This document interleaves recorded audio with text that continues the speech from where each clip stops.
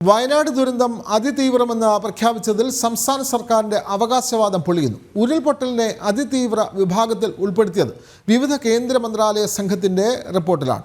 November 27-ന് രാജ്യസഭയിൽ നൽകിയ മറുപടിയിലും അതിതീവ്ര ദുരന്തമെന്ന് കേന്ദ്രം വ്യക്തമാക്കിയിരുന്നു. പൊളിഞ്ഞത് പ്രഖ്യാപനം സംസ്ഥാന സർക്കാരിന്റെ നേട്ടമാക്കി മാറ്റാനുള്ള ശ്രമത്തിലാണ്. മുണ്ടക്കൈ ചൂരൽമല ഉരുൾപൊട്ടൽ ദുരന്തത്തെ അതിതീവ്ര ദുരന്ത വിഭാഗത്തിൽ ഉൾപ്പെടുത്തിയത് സംസ്ഥാനത്തിന്റെ നേട്ടമെന്ന രീതിയിലാണ് സർക്കാർ പ്രചാരണം നടത്തിയത്. അതിതീവ്രമെന്ന പ്രഖ്യാപനത്തിന് പിന്നിൽ കേരളത്തിന്റെ കടുത്ത പ്രതിഷേധവും സമ്മർദ്ദവുമാണെന്നാണ് CPM-ഉം സർക്കാരും അവകാശപ്പെടുന്നത്. എന്നാൽ നവംബർ 16-ന് മുൻപ് തന്നെ കേന്ദ്രം മുണ്ടക്കൈ ചൂരൽമല ഉരുൾപൊട്ടലിനെ അതിതീവ്ര ദുരന്ത വിഭാഗത്തിൽ ഉൾപ്പെടുത്തിയിരുന്നു.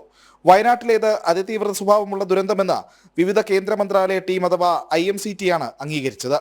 നവംബർ 27 രാജ്യസഭയിൽ ജോൺ ബ്രിട്ടാസ് MP-യുടെ ചോദ്യത്തിന് നൽകിയ മറുപടിയിലും കേന്ദ്ര ആഭ്യന്തരമന്ത്രി അമിത്ഷാ ഇക്കാര്യം വ്യക്തമാക്കിയിട്ടുണ്ട്. ഡിസംബർ 4-ന് ഹാരിസ് ബീരാൻ കേന്ദ്ര ആഭ്യന്തര സഹമന്ത്രി നിത്യാനന്ദ റായ് നൽകിയ മറുപടിയിലും വയനാട്ടിലേത് അതിതീവ്ര ദുരന്തമായി കാണുന്നുവെന്ന് അറിയിച്ചു. വസ്തുതകൾ ഇതായിരിക്കെയാണ് ഇരവാദമുയർത്തിയുള്ള കേന്ദ്രവിരുദ്ധ പ്രചാരണത്തിന് സംസ്ഥാന സർക്കാരും മന്ത്രിമാരും ശ്രമിച്ചത്. ദുരന്ത നിവാരണ നിയമത്തിൽ എങ്ങുമില്ലാത്ത വിധത്തിൽ ദേശീയ ദുരന്തമായി പ്രഖ്യാപിക്കണമെന്നും സംസ്ഥാനത്തെ മന്ത്രിമാർ മുറവിളി കൂട്ടിയിരുന്നെങ്കിലും അബദ്ധം തിരിച്ചറിഞ്ഞതോടെ പിന്നീട് മൗനം പാലിക്കുകയും ചെയ്തു. ദുരന്ത നിവാരണ നിയമത്തിലെ ചട്ടങ്ങൾക്കനുസരിച്ചാണ് ഓരോ ദുരന്തങ്ങളിലും കേന്ദ്ര സർക്കാർ തുടർ നടപടികൾ സ്വീകരിക്കുന്നത്.